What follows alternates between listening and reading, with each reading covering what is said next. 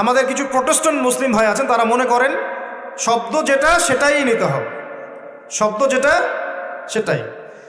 আসলে এক হাতে কি জান্নাত নিয়ে ঘোরা সম্ভব? না। জান্নাত তো বিশাল, এটাকে হাতে নিয়ে ঘোরা সম্ভব? জাহান্নামকে হাতে নিয়ে ঘোরা সম্ভব না। ব্যাখ্যা কি? যে দাজ্জালকে অনুসরণ করবে, দাজ্জাল তাকে সুখ সমৃদ্ধি দিবে, সে পৃথিবীতে জান্নাতের মতো পরিবেশে থাকবে। যে আদম আলাইহিস সালাম থেকে শুরু করে কিয়ামত পর্যন্ত এই বিশ্বে যতগুলো ফিতনা আসবে, এর মধ্যে মাসিহুদ দাজ্জালের চেয়ে ভয়ঙ্কর কোনো ফিতনা আসবে না।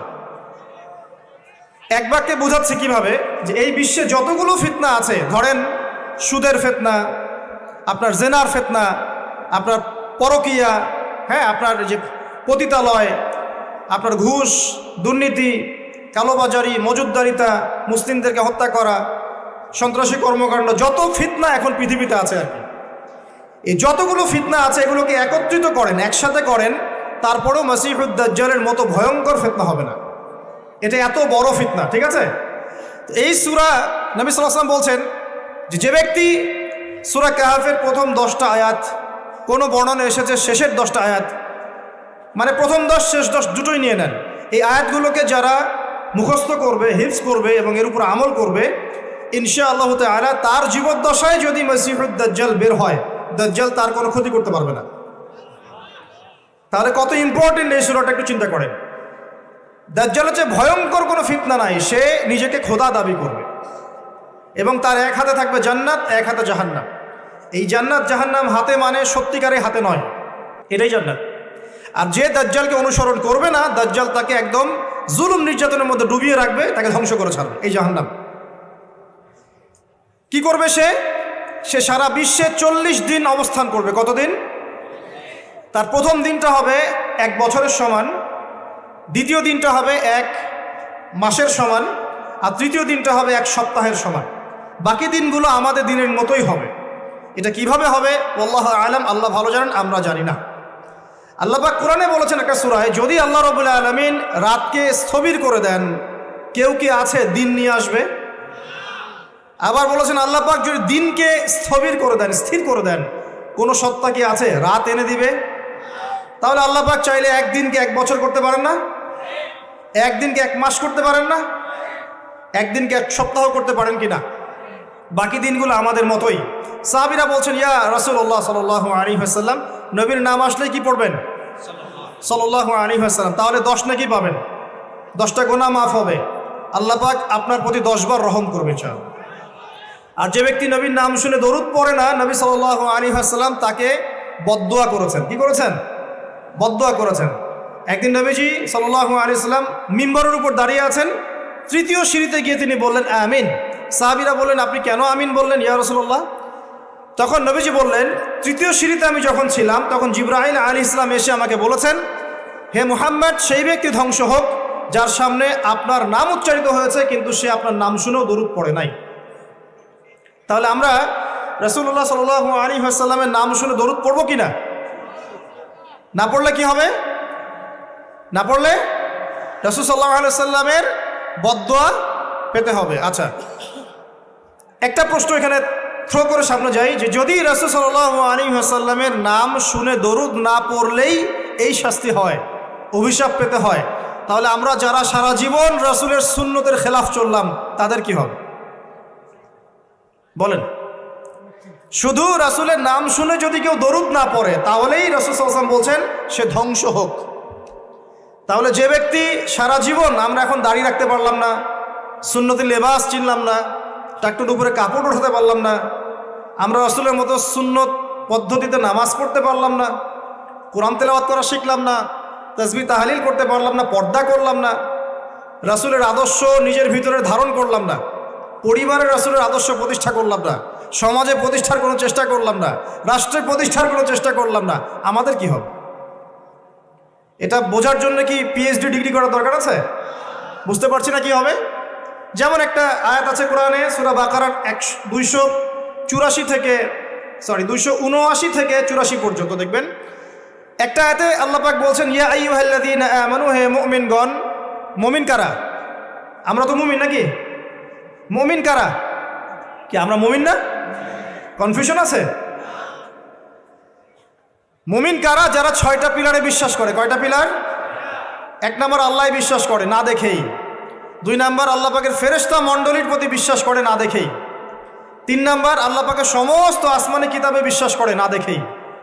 4 নম্বর আল্লাহ পাকের প্রেরিত রসুলগণের প্রতি বিশ্বাস করে না দেখেই।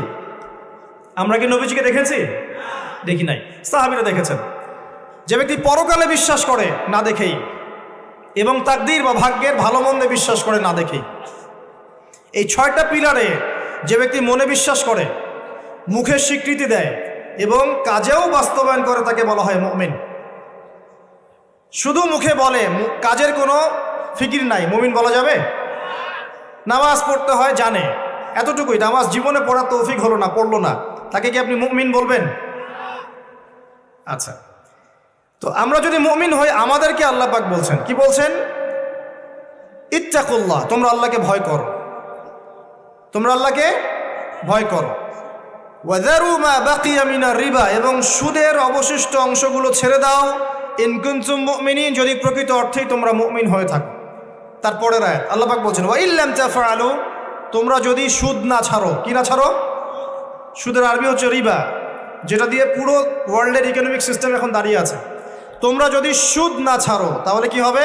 ফাযানু বিহারবিন মিনাল্লাহি ওয়া রাসূলিহি, তাহলে আল্লাহ এবং তার রাসূলের বিরুদ্ধে যুদ্ধের ঘোষণা শুনে রাখো। এখন আমাকে বলেন, মুমিন ব্যক্তি যদি, মুমিন হোক আর কাফের হোক আর যেই হোক, সে যদি আল্লাহ এবং তার রাসূলের সাথে যুদ্ধ করে, সে কি পরকালে নাজাত পাবে? মুসলিম হয়ে কালিমা পড়ে সুদ খেয়ে যদি আল্লাহ এবং তার রাসূলের সাথে যুদ্ধ করে, সে কি কবরে প্রশ্নের উত্তর দিতে পারবে? সে হাউজে কাউসারের পানি পাবে? সে নবী সাল্লাল্লাহু আলাইহি ওয়াসাল্লামের সুপারিশ পাবে? এতটুকু বোঝার জন্য কি আমার পিএইচডি করার দরকার আছে? ঠিক একই কথা, যদি আমরা নবীর নাম শুনে দরুদই না পড়লাম, তাহলেই ধ্বংসের কথা বলা হচ্ছে। আর সারা জীবন যদি আমরা রাসূল সাল্লাল্লাহু আলাইহি ওয়াসাল্লামের আদর্শের খেলাফ চলি, তাহলে কি আমাদের পরকালটা শুভ হবে? কি মনে হয়? অতএব আজকের প্রথম নসিহত অনেক হবে ইনশাআল্লাহ।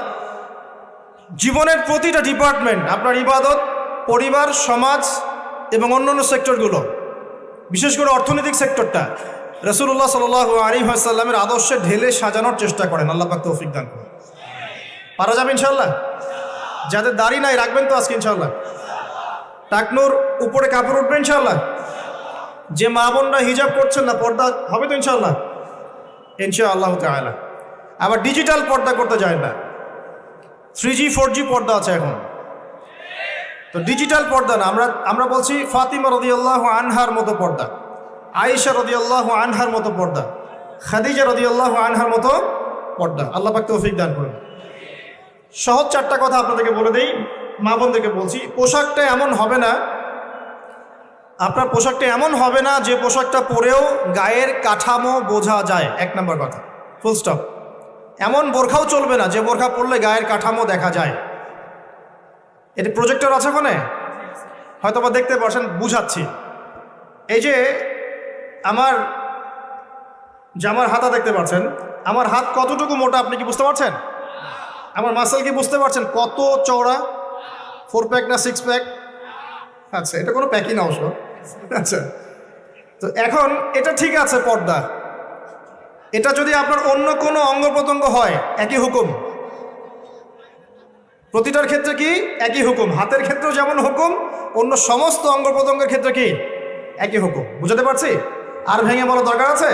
আচ্ছা, এখন যদি এই কাপড়টা এমন হয় যে কাপড় পরেও আমার হাতের কাঠামোটা এভাবে বোঝা যাচ্ছে, দেখেন এখন বোঝা যাচ্ছে যে আমার হাত কতটুকু মোটা, কতটুকু পাতলা, এই পর্দা চলবে না, এই বোরখা চলবে না। এটা 1 নাম্বার। 2 নাম্বার কি? 2 নাম্বার হচ্ছে কাপড়টা এত পাতলা হবে না যেটা পরেও বাইরে থেকেই ভিতরের অঙ্গ দেখা যাচ্ছে। ঠিক আছে? আচ্ছা, বসেন বসেন, দেখছি আমরা। সম্ভবত প্রজেক্টর অফ হয়ে গেছে, একটু দেখেন। আমার এই জামা দিয়ে কি ভিতর থেকে বাইরে থেকে দেখা যাচ্ছে যে আমার হাতের রং কেমন? এটা ঠিক আছে। যদি কাপড়টা এমন হতো যে বাহির থেকেই ভিতরের অঙ্গ দেখা যাচ্ছে, তাহলে এটা পর্দা হতো। 2 নম্বর পয়েন্ট কি তাহলে? এই কাপড়টা এমন হবে না যে কাপড় পরেও বাহির থেকে ভিতরের অঙ্গ দেখা যায়। 2 আমি চেষ্টা করছি সহজ করে বলার জন্যে। 3 নাম্বার হচ্ছে কাপড় এমন হবে না যে কাপড়টা পুরুষদের কাপড়ের সাথে সাদৃশ্য আছে।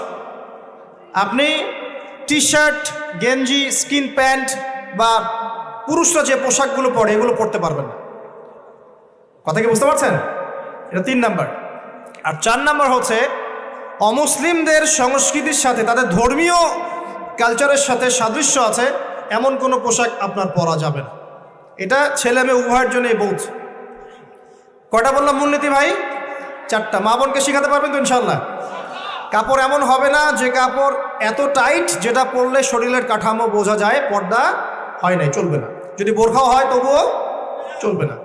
2, এত পাতলা হবে না যে বাহির থেকে ভিতরের অঙ্গ দেখা যায়, চলবে না। 3 নাম্বার, পুরুষদের পোশাকের সাথে সাদৃশ্য আছে এমন পোশাক পরা যাবে না। যদিও বা শেষ জামানায় এই শ্রেণীর মেয়েদের সংখ্যা বাড়বে যারা পুরুষের পোশাক পরে রাস্তায় ঘুরবে।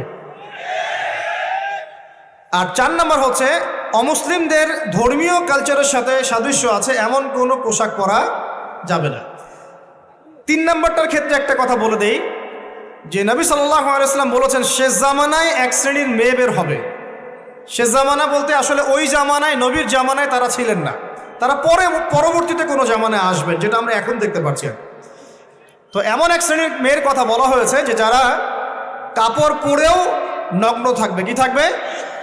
নগ্ন। আরবিতে বলা হচ্ছে নিসাউন, তারা এমন এক শ্রেণীর মহিলা হবে কাসিয়াতুন, কাপড় পরে থাকবে, আরিয়াতুন, তারপরেও নগ্ন থাকবে। বোঝানোর প্রয়োজন আছে কি? কোনো প্রয়োজন নাই, অ্যাডাল্ট আপনারা সব বোঝেন। মুমিলাতুন মাইলাতুন, অর্থাৎ নিজেরাও অন্যকে আকৃষ্ট করবে, নিজেরাও অন্যকে আকৃষ্ট করবে এবং অন্যের প্রতি আকৃষ্ট হবে, দুটোই হবে। নিজেরাও আকৃষ্ট হবে, অন্যকেও কি করবে? আকৃষ্ট করবে। ওই যে সিডিউস, নিজেরাও সিডিউস হবে, অন্যকেও সিডিউস করবে। এই শব্দটা 1400 বছর আগে নবী সাল্লাল্লাহু আলাইহি ওয়াসাল্লাম হাদিসে বলে গিয়েছেন যে এমন এক শ্রেণীর মেয়ে বের হবে যাদেরকে আমি দেখি নাই, আমার যুগে তারা ছিল না, পরবর্তী কোনো যুগে আসবে। এদের ব্যাপারে নবী সাল্লাল্লাহু আলাইহি ওয়াসাল্লাম বলছেন যে তারা জান্নাতে যাবেও না, জান্নাতের গন্ধও কখনো পাবে না। জান্নাতের গন্ধ কি পাওয়া যায়? সুবহানাল্লাহ। আচ্ছা, একটু বলেই দিই মাঝখানে। রাসূলুল্লাহ সাল্লাল্লাহু আলাইহি ওয়াসাল্লাম মেরাজে হঠাৎ সুঘ্রাণ, নবী সাল্লাল্লাহু আলাইহি ওয়াসাল্লাম বলছেন কোত্থেকে আসছে এটা? জিবরাইল আলাইহিস সালাম উত্তর দিচ্ছেন এটা হচ্ছে ফেরাউনের মেয়ের চুল আঁচড়ে দিত একজন দাসী, যার হাত থেকে একদিন চিরুনি পড়ে গিয়েছিল। সে বলেছিল বিসমিল্লাহ বলে চিরুনি উঠিয়েছে, উঠে আবার আচরণ শুরু করেছে। এখন এর মেয়ে শুনে ফেলেছে বিসমিল্লাহ বলে উঠিয়েছে। সেই মেয়ে ফেরাউনকে বলল যে আপনাকে বাদ দিয়ে এই দাসী আরেকজনকে ইলাহ মানছে।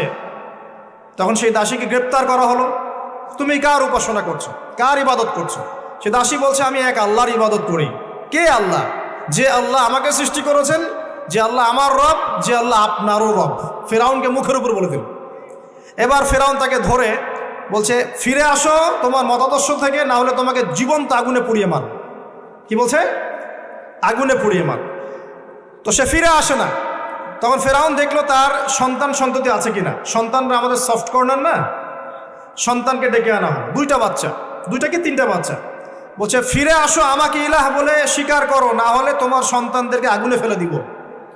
সেই মহিলা বলছে আমার তো মাত্র 3টা সন্তান, আমার যদি এর চাইতেও বেশি সন্তান থাকতো তারপর আমি ফিরে আসতাম। একে একে মায়ের চোখের সামনে এক এক করে বাচ্চাদেরকে জীবন্ত আগুনে পুড়িয়ে ফেলা হয়। শেষমেশ সেই মেয়েটাকেও, সেই দাসীকেও জীবন্ত আগুনে পুড়িয়ে দেওয়া হলো। নবী সাল্লাল্লাহু আলাইহি ওয়াসাল্লামকে জিবরাইল আলাইহিস সালাম বলছেন ওই যে ফেরাউনের দাসী, অনেকে বলেছে তার নাম আসিয়া, এই নামটা কোরআনে নাই, এবং তার সন্তানদেরকে যেখানে দাফন করা হয়েছে সেখান থেকে এই গন্ধ আসছে। নবীজি পেলেন তো? অন্য কোনো নবী পেয়েছেন? অন্য কোনো নবীর ক্ষেত্রে এটা দলিল পাওয়া যাচ্ছে না, কিন্তু নবী সাল্লাল্লাহু আলাইহি ওয়াসাল্লামের ক্ষেত্রে দলিল পাওয়া যাচ্ছে। আচ্ছা, এটা গেল নবীর কথা। এই ঘটনা ঘটেছে মূসা আলাইহিস সালামের যুগে, আর নবী সাল্লাল্লাহু আলাইহি ওয়াসাল্লাম ঘ্রাণ পাচ্ছেন মেরাজে। চিন্তা করতে পারেন কত বছর আগে ঘটনা ঘটেছে, আমরা জানতামই না কিন্তু, যদি মেরাজে নবী সাল্লাল্লাহু আলাইহি ওয়াসাল্লামের কাছে সুঘ্রাণটা না আসতো। সুবহানাল্লাহ। এরপর কি? এটা তো নবীর ক্ষেত্রে গেল, সাহাবীদের ক্ষেত্রে কি হয়েছে? একজন সাহাবী যার নাম আনাস বিন নজর, কি নাম? আনাস বিন নজর, নামগুলো মনে রাখবেন। উহুদের মাঠে বিশাল যুদ্ধ হচ্ছে, আমরা জানি যুদ্ধের মধ্যে প্রথম দিকে মুসলিমরা প্রায় জয়লাভ করেই ফেলেছিল, কিন্তু একটা ভুল, অনলি একটা ভুল। কি ভুল? ওই জাবাল রুমার মধ্যে 50 জন তীরন্দাজ সাহাবীকে রেখে দেওয়া হয়েছে। নবীজি বলেছিলেন, আমরা যদি মরেও যাই, আমাদের গায়ের গোশত যদি পাখি এসে খাওয়া শুরু করে, তোমরা নামবে না এখান থেকে। বুঝতে পারছেন? কমান্ড। এটা হচ্ছে একজন নেতার আনুগত্য, কমান্ড। নেতার আনুগত্য কত বড় জিনিস দেখেন। তো যখন যুদ্ধ শুরু হয়ে গেল, হামজা রাদিয়াল্লাহু আনহু সহ অন্যান্য সাহাবীরা বীর বিক্রমে যুদ্ধ করলেন। অল্প কিছু সময়ের মধ্যেই কাফেররা পালানো শুরু করল। যখন মুসলিমরা বীর দর্পে যুদ্ধ করে, কাফেররা পালিয়ে যায় না? যায় না? মুসলিমরা সবাই ঐক্যবদ্ধ যদি হতে পারত, কোনো কাফেরের শক্তি ছিল নাকি ইসলামের দিকে চোখ তুলে তাকায়? আজকে আমরা যে বিভক্ত, আমরা বিভক্ত, আপোষে বিভক্ত, বিভিন্ন দলে মতাদর্শে বিভক্ত, আমাদের শক্তি কমে গেছে, হাওয়া বেরিয়ে গেছে। আমাদের যুবকরা এখন পর্নোগ্রাফি, এই গার্লফ্রেন্ড বয়ফ্রেন্ড কালচার, এই মাদক, এই জুয়া, এই জেনার পেছনে ছুটছে। আমরা নামাজ ছেড়ে দিচ্ছি, কোরআন ছেড়ে দিচ্ছি, মা বোনরা পর্দা ছেড়ে দিচ্ছেন। কি করা হয়েছে? সামাজিক্যালি মানে সোশ্যালি বয়কট করা হয়েছে। কখনো তাকে গালিগালাজ করা হয়েছে। আমি দেখেছি তাকে ইন টোটাল প্রায় 15 থেকে 16টা গালি খেতে হয়েছে। আমাদের নবীজিকে, যার সামনেও কোনো গোনা নাই, পিছনেও কোনো গোনা নাই, এই ব্যক্তিকে জীবনে প্রায় 15 থেকে 16টা গালি খেতে হয়েছে। মানুষ তাকে বলেছে কাযযাব, মিথ্যাবাদী, মহামিথ্যাবাদী, সাহের, জাদুকর, ফারিকুল জামাআ, ঐক্য বিনষ্টকারী, হ্যাঁ, মজনুন, পাগল, জিনগ্রস্ত ইত্যাদি। মানুষ তাকে এসব কথা বলেছে। আমাদের নবীজিকে মানুষ এই কথা বলেছে। এখন আমাদের সমাজে একটা প্রচলন ঘটেছে, সে খারাপ না হলে কি মানুষ এমনি এমনি খারাপ বলে? এরকম আছে না? খারাপ না হলে কি এমনি জুলুম আসে? এরকম বিশ্বাস আমাদের মধ্যে আছে। আমাদের নবীজিকে হকের উপর থাকার পরেও জীবনে প্রায় 15 থেকে 16টা গালি খেতে হয়েছে। তারপরে আমি স্টাডি করে দেখেছি, তাকে জীবনে প্রায় 14 থেকে 15 বার মানুষ হত্যা করার চেষ্টা করেছে। কতবার? 14 থেকে 15 বার। এমনকি মক্কা বিজয়ের দিন যখন তিনি কাবা ঘর তাওয়াফ করছিলেন, ওই সময় একজন ব্যক্তি ভিতরে ছুরি নিয়ে এসে তাকে মারার চেষ্টা করেছে। কি বলবেন? এখন নবী সাল্লাল্লাহু আলাইহি ওয়াসাল্লামের চেয়ে ভদ্র কোনো মানুষ আছে? নম্র হিতাকাঙ্ক্ষী কোনো মানুষ আছে? উত্তম চরিত্রের কেউ আছে? তাহলে তার জীবনে এমন কেন হয়? উত্তর, যখন আপনি পরিপূর্ণ হকের উপর থাকবেন, তখন আপনাকে চতুর্দিক থেকে বাধা পেতে হবে।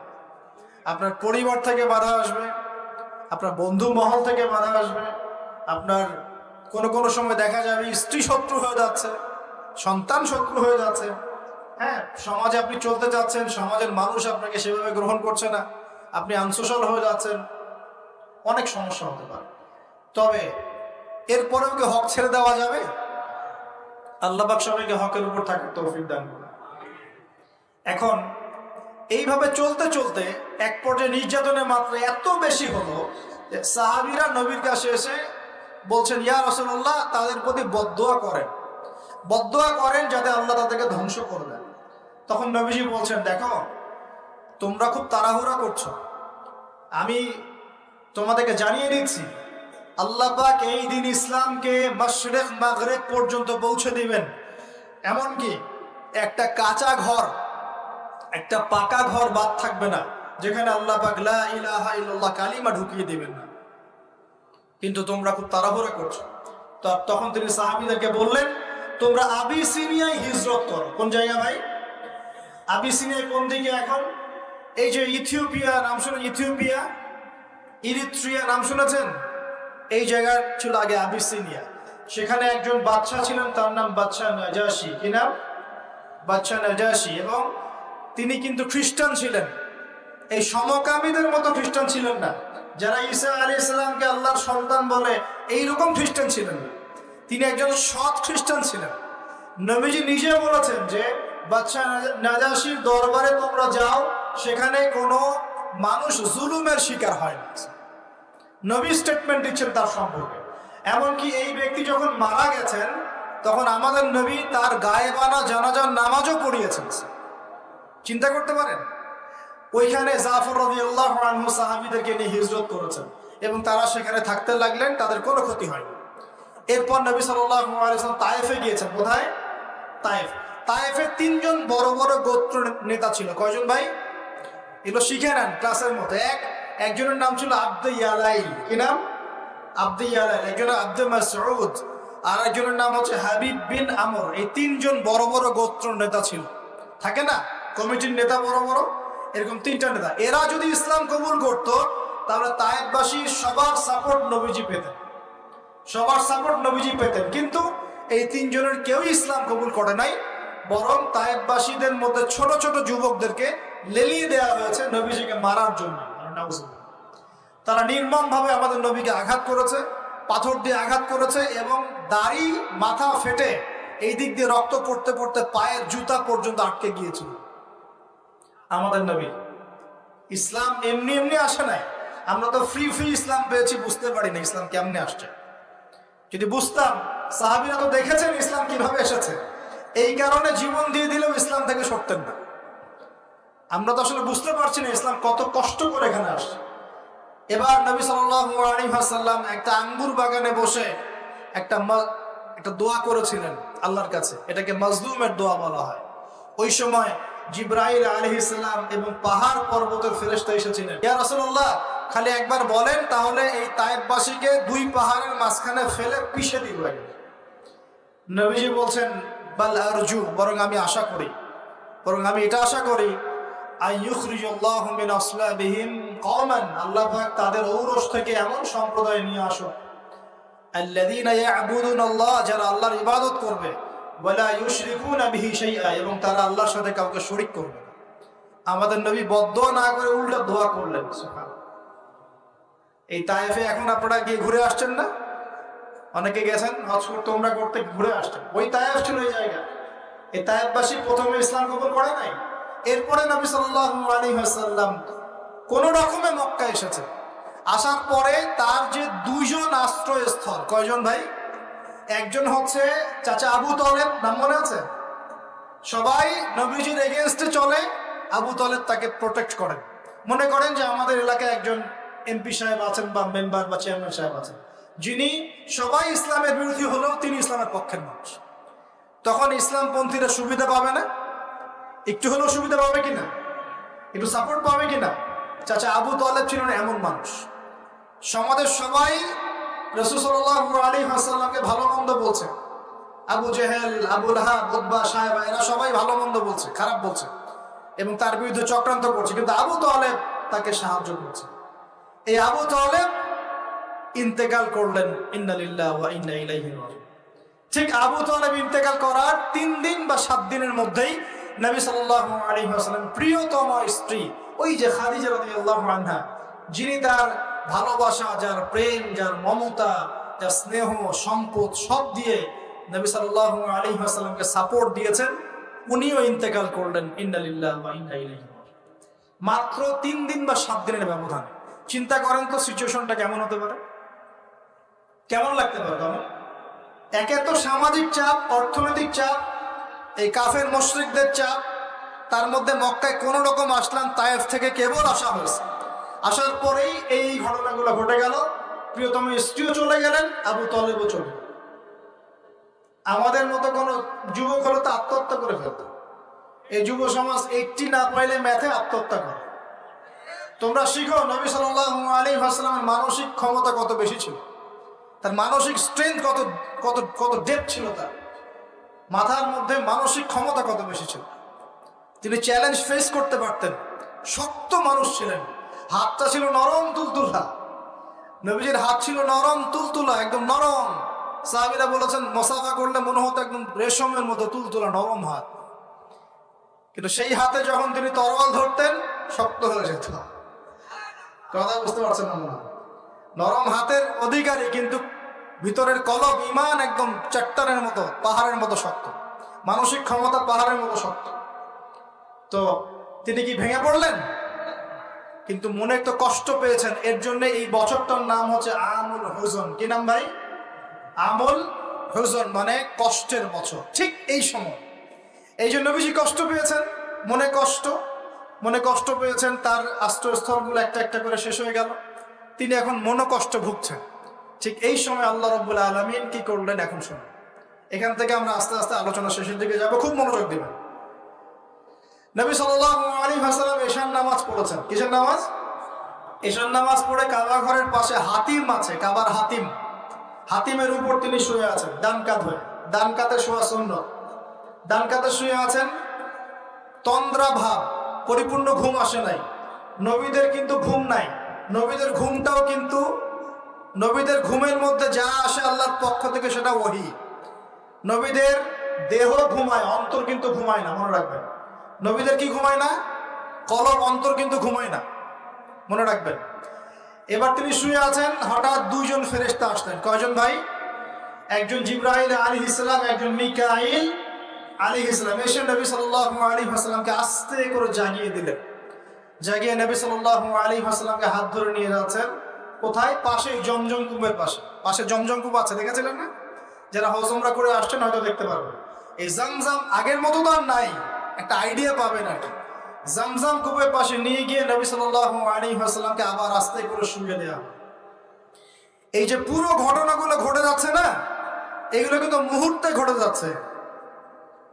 মানে এই পুরো বিশাল ঘটনা ঘটে যাওয়ার পর দেখা যাবে ওই অজুর পানি কেবল গড়িয়ে গড়িয়ে যাচ্ছে, এখনো শেষ হয়। মানে সময়কে নিয়ন্ত্রণ করে পৃথিবীর সময়ের ফ্রেম আর আল্লাহ পাকের টাইম ফ্রেম এক নয়। আল্লাহ পাকের টাইম ফ্রেম টোটালি ডিফারেন্ট, আমাদের টাইম ফ্রেম আলাদা, মনে থাকবে। এখানে কিন্তু অনেক নাস্তিক অনেক প্রশ্ন করতে পারে। এবার শুইয়ে দেওয়ার পর নবী সাল্লাল্লাহু আলাইহি ওয়াসাল্লামের বুকটাকে একদম এই গলার নিচ থেকে নিয়ে যেখানে লোম উঠে নাভি, এই নাভি পর্যন্ত চিরে দেওয়া হয়েছে, জীবিত অবস্থাতেই, জীবিত অবস্থাতেই। এবার তার হার্ট, কলিজাটাকে বের করা হয়েছে। এই প্রথম ওপেন হার্ট সার্জারি নাম শুনেছেন কিনা? যে ওপেন হার্ট সার্জারি হচ্ছে। এবার এই কলিজাটাকে প্রথমে জমজমের পানি দিয়ে ধোয়া হয়েছে। কিসের পানি? জমজমের পানির মধ্যে শেফা আছে।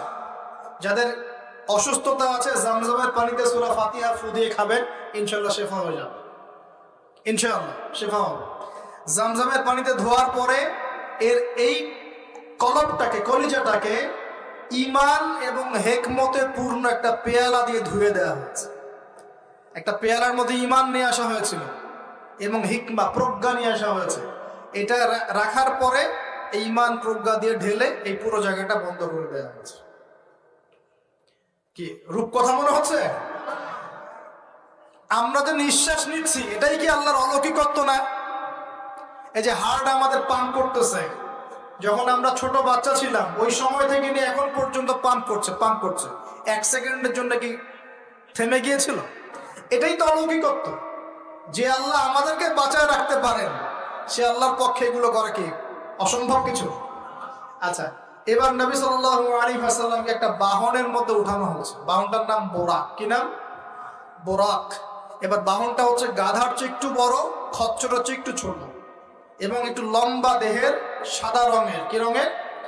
এবার নবীজি এখানে উঠতে যাচ্ছেন, বাহনটা একটু ফাপড় নিল, একটু ভাব দেখালো। ভাব দেখানো বোঝেন কিনা? ওই যে আপনার গার্লফ্রেন্ড আপনার সাথে যা দেখায় আর কি। আছে তো গার্লফ্রেন্ড? না ভাই, আলহামদুলিল্লাহ। তাহলে স্ত্রী তো দেখায়।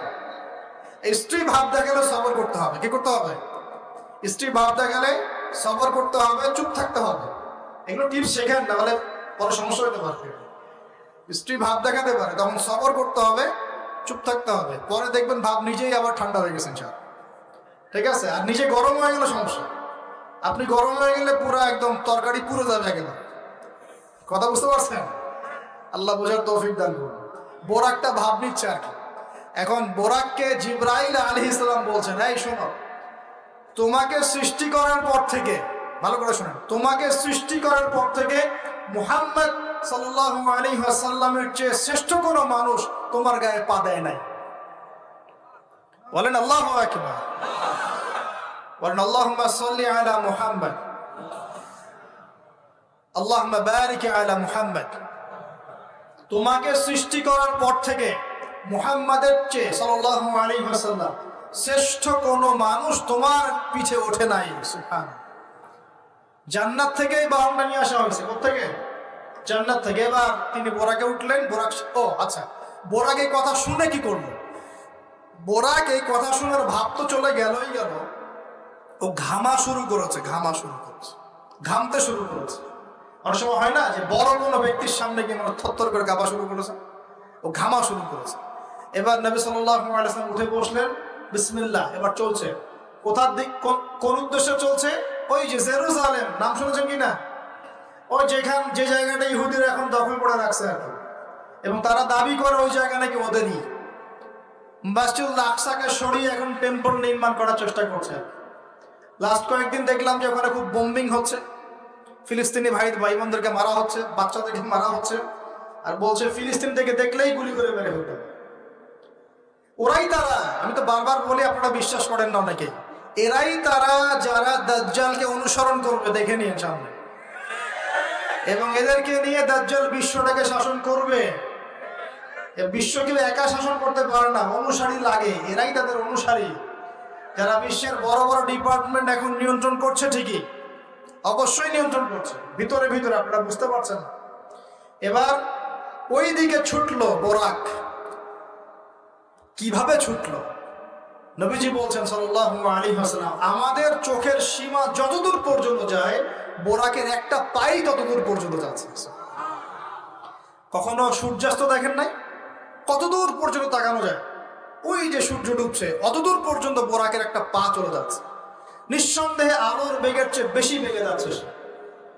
যদি যারা ফিজিক্স পড়ছেন, এই যে অ্যাস্ট্রোনমি নিয়ে পড়াশোনা করছেন, আপনারা তো জানেন, আলোর বেগের চাইতেও যদি দ্রুতগামী কোনো বাহন আবিষ্কার করা যায়, তাহলে সময়ের চেয়ে বেশি দূরে যাওয়া যাবে না? যাওয়া যাবে। বোরাকের গতি নিঃসন্দেহে আলোর গতির চেয়ে বেশি ছিল। এবার নবী সাল্লাল্লাহু আলাইহি ওয়াসাল্লাম বলছেন যে আমরা যখন বাইতুল মাকদাস, বা ওই যে বাইতুল মাকদিস, ওই যে মসজিদুল আকসার ওখানে গেলাম, জিবরাইল আলাইহিস সালাম একটা পাথরের মধ্যে ফুটা করলেন, সেই পাথরের মধ্যে ফুটা করে বোরাকটাকে বেঁধে রাখলেন। আর এই পাথরের ফুটার মধ্যেই সমস্ত নবী রাসূল, এই পর্যন্ত যত নবী রাসূল এসেছেন, ওই ফুটার মধ্যেই তাদের বাহনকে বেঁধে রাখতেন। সুবহানাল্লাহ। এবার নবীজি মসজিদে ঢুকলেন, ঢুকে দেখছেন একজন মানুষ নামাজ আদায় করছেন, একটু লম্বা গড়নের, ছিপছিপে দেহ, তো লম্বা, চুলগুলো কোকড়ানো কানের লতি পর্যন্ত। মনে থাকবে, চুলগুলো কোকড়ানো কি পর্যন্ত? তোমাদের মতো ছেলা নয় ডান বাম, কানের লতি পর্যন্ত চুল, ছিপছিপে দেহ, লম্বা, শানুয়া গোত্রের মতো। নবীজি বলছেন অনেকটা শানুয়া গোত্রের মানুষের মতো। শানুয়া গোত্র কারা? একটু দেখে নিবা অনলাইনে। এখন নবী সাল্লাল্লাহু আলাইহি ওয়াসাল্লাম জিজ্ঞাসা করছেন উনি কে? জিবরাইল আলাইহিস সালাম বলছেন উনি হচ্ছেন নবী মূসা আলাইহিস সালাম। আল্লাহ বা কিভাবে এটা করলেন আল্লাহ ভালো জানেন, এটা আমরা ব্যাখ্যা করতে পারবো না।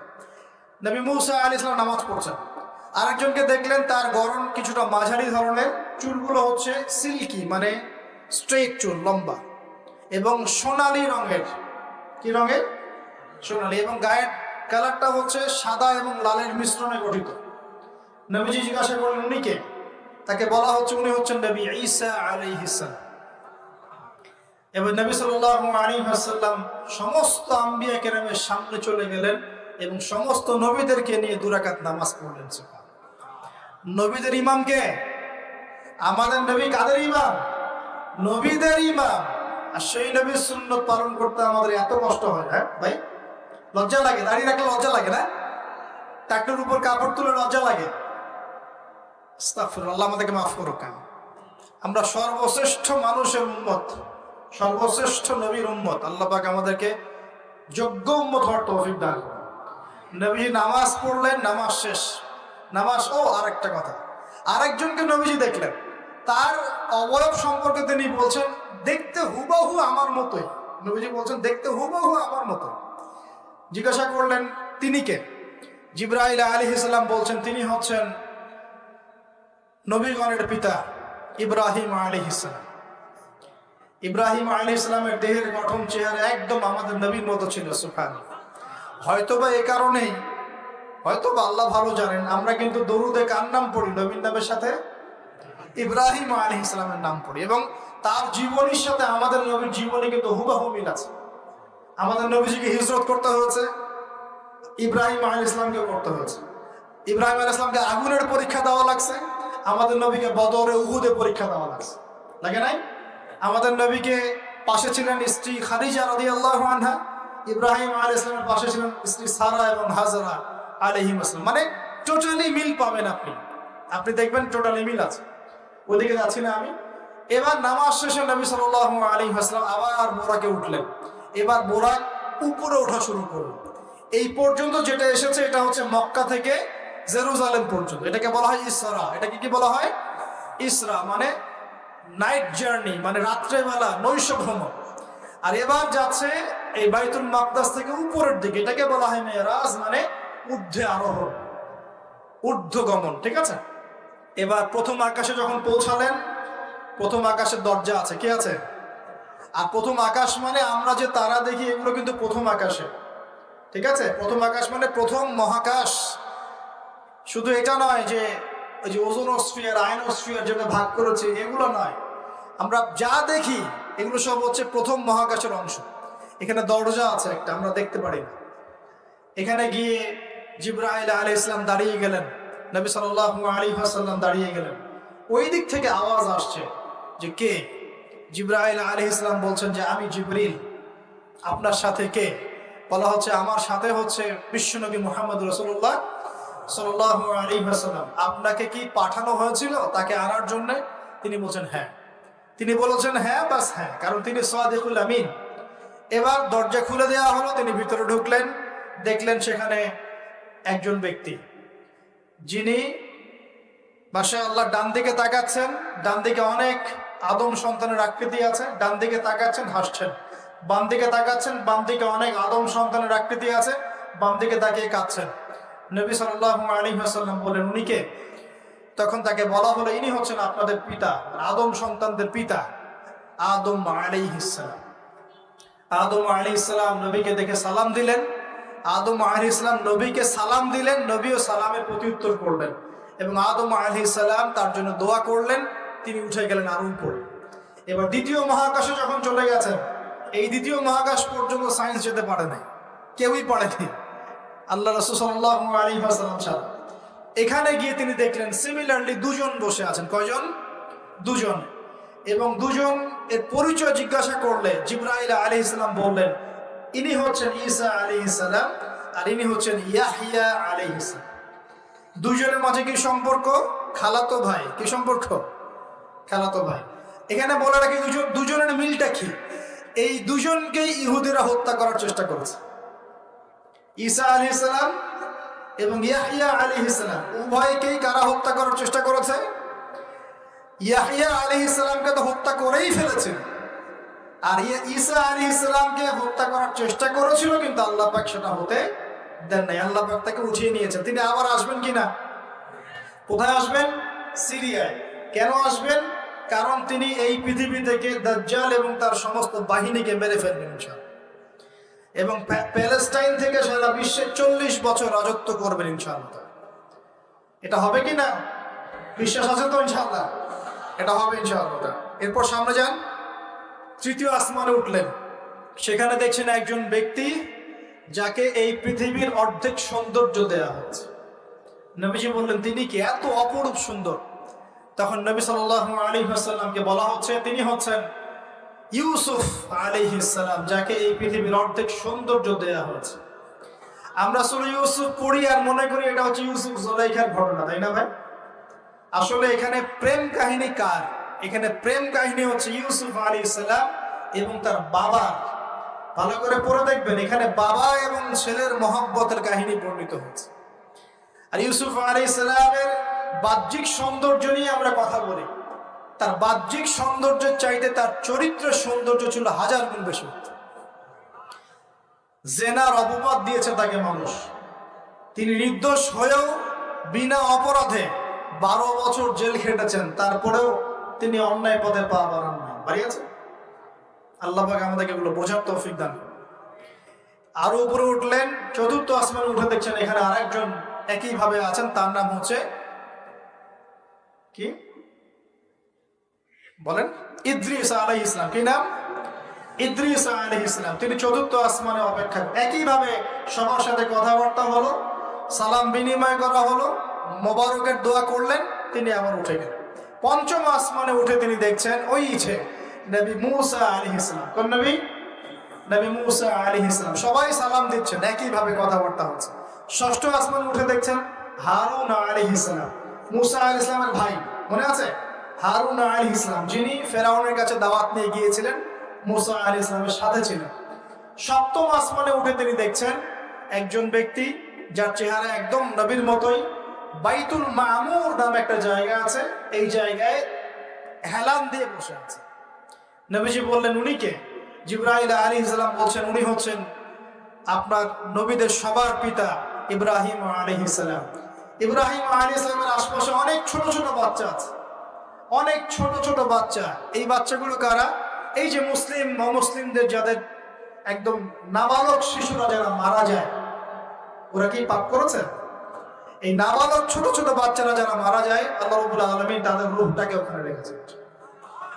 তারা ওখানে খেলছে, যখনই ওদের পিতা মাতার কথা মনে হয় দৌড় দিয়ে আসে ইব্রাহিম আলাইহিস সালামের কাছে। মনে রাখবেন, বাচ্চাদের সাথে কেন ইব্রাহিম আলাইহিস সালামকে রাখা হয়, এখানে একটা ব্যাখ্যা হতে পারে, আল্লাহু আ'লাম। শিশুদের সাথে থাকতে হলে শিশুর মতো মন থাকতে হয়। বাচ্চাদের সাথে কারা ভালোভাবে মিশতে পারে জানেন? যাদের মনটা বাচ্চাদের মতো, শিশুর মতো সরল হতে হয়, শিশুর মতো হতে হয়, সরল। যাদের মন শিশুর মতো সরল, এদের মনের মধ্যে কিন্তু হিংসা, বিদ্বেষ, রিয়া, অহংকার এগুলো থাকবে না। ইব্রাহিম আলাইহিস সালাম ওই শিশু কুরবানির পরীক্ষায় ফেলতে হয়েছিল না? আল্লাহ রাব্বুল আলামিন দেখেন তাকে বাচ্চাদের সাথে রেখে দিয়েছে। বাচ্চারা ওখানে খেলাধুলা করে, যখনই ওদের বাবার কথা মনে হয়, মায়ের কথা মনে হয়, দৌড় দিয়ে ইব্রাহিম আলাইহিস সালামের কাছে চলে আসে। তিনি আদর করে দেন, আবার চলে যায়। কি চমৎকার দৃশ্য! তিনি হেলান দিয়ে আছেন বাইতুল মামুরে, সালাম করলেন। সালাম করে নবীজিকে বললেন, হে নবী, আপনার উম্মতকে জানিয়ে দিয়েন, আমি আপনাদেরকে সেটা জানিয়ে দিচ্ছি। হে নবী, আপনার উম্মতকে জানিয়ে দিয়েন যে জান্নাত হচ্ছে একটা উর্বর জায়গা, জান্নাতের পানি হচ্ছে মিষ্টি, জান্নাতের মাটি খুব উর্বর, জান্নাতের অনেক জায়গা ফাঁকা পড়ে আছে। আপনার উম্মতকে জানিয়ে দিন এই ফাঁকা জায়গাগুলোতে তারা যদি গাছ লাগাতে চায় তাহলে যেন পড়ে সুবহানাল্লাহ, আলহামদুলিল্লাহ, ওয়ালা ইলাহা ইল্লাল্লাহ, আল্লাহু আকবার, ওয়ালা হাওলা ওয়ালা কুওয়াতা ইল্লা বিল্লাহ। এই মেসেজটা কে দিয়েছেন? ইব্রাহিম আলাইহিস সালাম। এই যে বাইতুল মামুরে হেলান দিয়ে আছেন, এটা কি? নবীজি বলছেন এটা হচ্ছে ফেরেশতাদের ইবাদত করার জায়গা। কাবা ঘর আছে না আমাদের, এই কাবা ঘরের ঠিক সোজা উপরে বাইতুল মামুর আছে, সপ্তম আসমানে। ফেরেশতারা কিভাবে ইবাদত করেন শোনেন। নবীজি বলছেন এই বাইতুল মামুরে প্রতি মুহূর্তে 70,000 ফেরেশতা তাওয়াফ করছে। ঠিক যেমন এখানে তাওয়াফ হচ্ছে 24 ঘন্টা, তাওয়াফ কি থেমে থাকে? তাওয়াফ থামে না। ঠিক ওইভাবে বাইতুল মামুরে তাওয়াফ থেমে থাকছে না। বাইতুল মামুরে ফেরেশতারা তাওয়াফ করছেন 70,000 ফেরেশতা একই সাথে। আর শুনে রাখেন, যে 70,000 ফেরেশতা একবার তাওয়াফ করার সৌভাগ্য পেয়েছে তারা কিয়ামত পর্যন্ত দ্বিতীয়বার চান্স পাবে। এবার কি চিন্তা করতে পারছেন ফেরেশতাদের সংখ্যা কত কত হতে পারে? আমাদের সংখ্যা তত্ত্বের বাইরে, আমাদের সংখ্যা তত্ত্বের বাইরে। এবার নবী সাল্লাল্লাহু আলাইহি ওয়াসাল্লাম আরো একটু উপরে উঠলেন। এই জায়গার নাম সিদরাতুল মুনতাহা। কি নাম? সিদরাতুল মুনতাহা। এটা হচ্ছে একটা বড়ই গাছ। বড়ই গাছ দেখেছেন তো?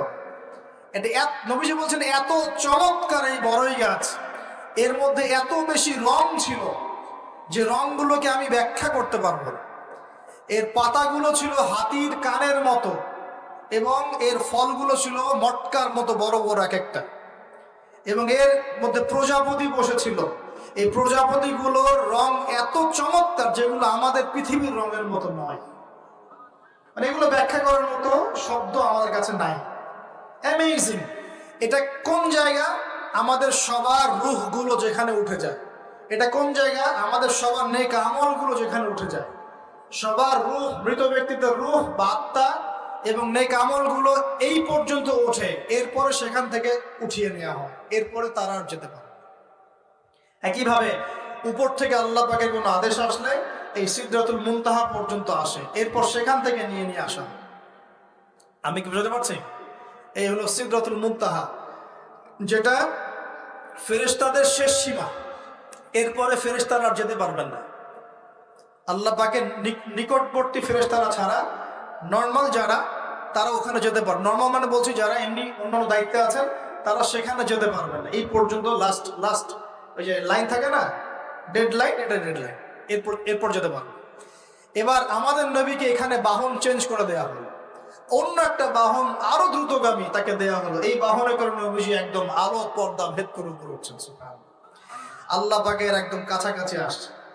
কাছাকাছি আসার পর তিনি বলছেন, আমি তখন শুনতে পেলাম যে আল্লাহ পাকের নিকটস্থ ফেরেশতা যারা আল্লাহর আদেশ লিখে রাখেন, তারা কলম দিয়ে লিখছে আল্লাহর আদেশ। এই কলমের লিখার খসখস শব্দ আমি শুনতে পেলাম। আল্লাহু আকবার। এবার আল্লাহ রাব্বুল আলামিন তাকে কাছে নিয়ে, শোনেন প্রিয় ভাই উম্মতে মুহাম্মাদি, শুনে রাখো, আল্লাহ পাক 3টা স্পেশাল ওহী করলেন। কয়টা ভাই? 3টা। অন্যান্য অনেক কথা তো হয়েছে, সেগুলো তো আমরা হাদিসের মধ্যে আমরা ডিটেলস বলতে পারছি না, সময় শর্ট। 3টে স্পেশাল ওহী আল্লাহ রাব্বুল আলামিন করেছেন। তার প্রথমটা হচ্ছে নবী সাল্লাল্লাহু আলাইহি ওয়াসাল্লামকে এই জায়গায় 50 ওয়াক্ত নামাজ হাদিয়া গিফট দেয়া। কত ওয়াক্ত?